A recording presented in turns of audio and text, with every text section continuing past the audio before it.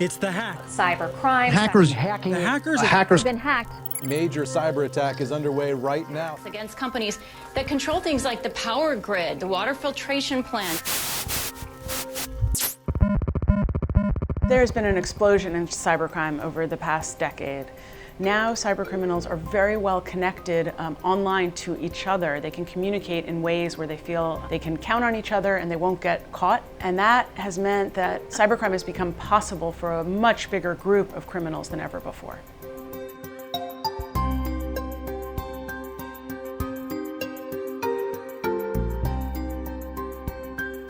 Hackers, for the most part, I would say, are regular people like you and me. They have above average computer and technical skills. I would say most of them are in their 20s or early 30s.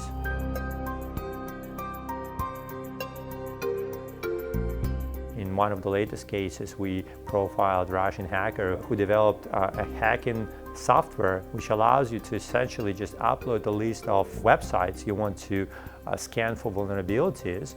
And by the time you finish your coffee, it sends you the full report, and simply by tapping one more time, you can actually extract all of the data from a compromised website.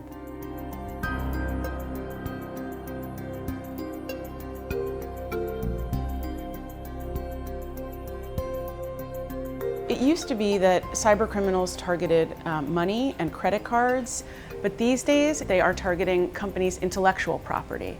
Their material non-public information, for example, about upcoming mergers or acquisitions. A lot of Fortune 500 companies, they already have very good security hygiene, and criminals know that. So instead of going after high-profile targets, they pick in much more easily hackable middle-level companies. However, as we know, criminals also use chain of suppliers to hack into Fortune 500 companies. They can find out which smaller supplier, for example, or vendor is working with this company. They can hack that company, and then using their information and trust between two companies, they can actually get access to a bigger corporation.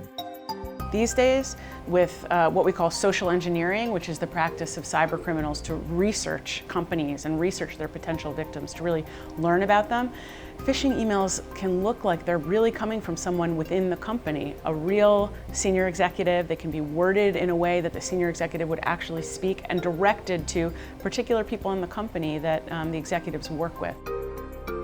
The most popular forms of hacking right now, beside phishing, is drive-by malicious advertisement campaigns, meaning when criminals actually infect some random websites, then you get infected in turn, and then they get access to all of your financial records, to your email accounts, and so on and so on.